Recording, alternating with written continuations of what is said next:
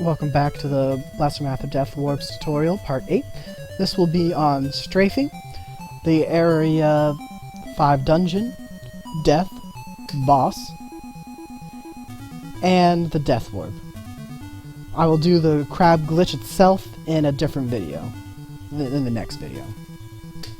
Alright, so basically, these two deaths before Area 5, the one you do in Area 1, and the one you do in Area 5 Dungeon, are the highest time-saving deaths in the game before a Deathwarp.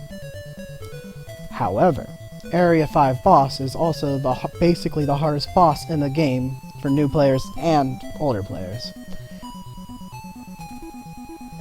But if you do take the deaths, which you don't need to, you can save one or two of them in case you don't think you're going to be able to kill the boss correctly. You will take a death in the second room of this dungeon. You basically want about the health I have right now in order to kill yourself quickly.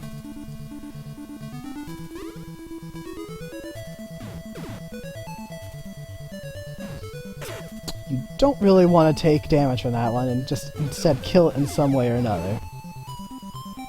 Normally, if I thought I had enough health, which I did, but you just kind of go diagonally through there. So as I have enough health, I can take a hit from that guy. And then this next screen is where you take your death. I happen to have enough life that that one shot would kill me, and that's basically the fastest death you can do. Otherwise, you can either run into the red doggy right next to you, run into the turret, or if you have to, run into the doggy on the other side of the wall. Sometimes the other side of the wall doggy is the only one that's going to be spawned, and it's the slowest of all three of the choices, but gotta do what you gotta do. You want to have as much life as possible going through this area, especially if you've already used your two lives. For the glitch, though, I'll do the glitch itself in another the next video. But to set up for the glitch, we want to kill these enemies right here. You don't really have to kill this one; it shouldn't appear. And you can do one of two things. You can either keep this turret right there alive, and you can use it to hurt yourself as you kill the crab boss, so you die quicker after it. Or if you don't feel safe or you have low life, go ahead and just take it out. Then next, usually I kill both of these guys as well, and if I need to, just hurt myself on the other red doggy to the right. But, whatever. So, the crab. The crab will spawn in the upper portion of the screen and it will move left and right. It will always stay still at the beginning, so that's where we will use a modified version of the pause glitch along with our bombs to do as much damage as possible at the beginning. So throw your bombs and rapidly pause. During the boss fight, the pause screen won't come up. It'll just do you'll hear the sound and it'll freeze, like a normal pause. This does two things. One, it allows our grenades to basically hit more than once per grenade, depending on how fast you're spamming both. Secondly, it will make it so that the boss basically stays in that position for a longer period of time. In reality, it will move at the same point every single time, but using the pauses, the grenades you throw will hit it more times than it would if you wouldn't have done the pause at all. So instead of hitting like 10 times the grenades before it moved, you'll technically have hit like 20 times with the grenades before it moved, basically doubling your damage for that first phase.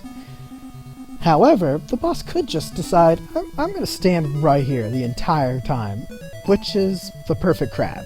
It's faster than the crab glitch, safest out of all of them, but it will rarely ever happen to you. So let's go and show off the boss. Alright, so it's going to spawn right around here-ish. You can set yourself up. Alright. Then you throw your bombs, and then you do your pauses.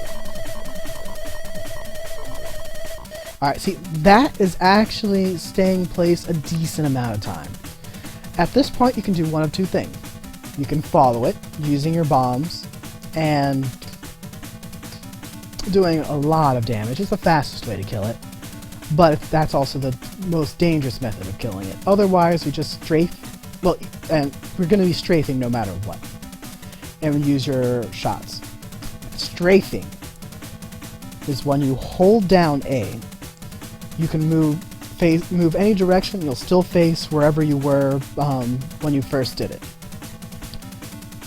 It makes this boss and the square boss a lot simpler. But so let's go do a quick tutorial of the bomb strategy. So we're holding down our A button and we're just gonna let it move and follow it, and then, well, I was a little far off, and then we're following it and throwing some grenades. And then you keep on doing that. See, it's already in its third phase, thanks partially to a good start.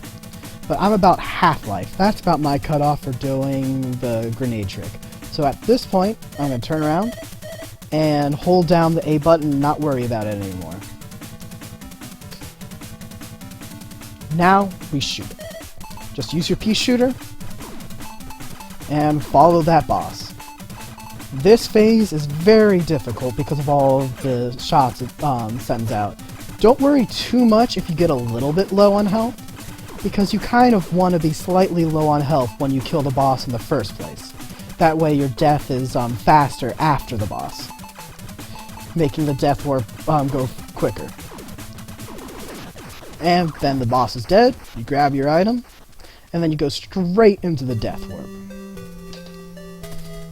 So you're going to appear at the beginning. So this is why we don't kill any of the dogs at the beginning. We can do a quick death right there and go straight into the death warp. Alright, join us next time where I attempt to show you how to do the crab glitch.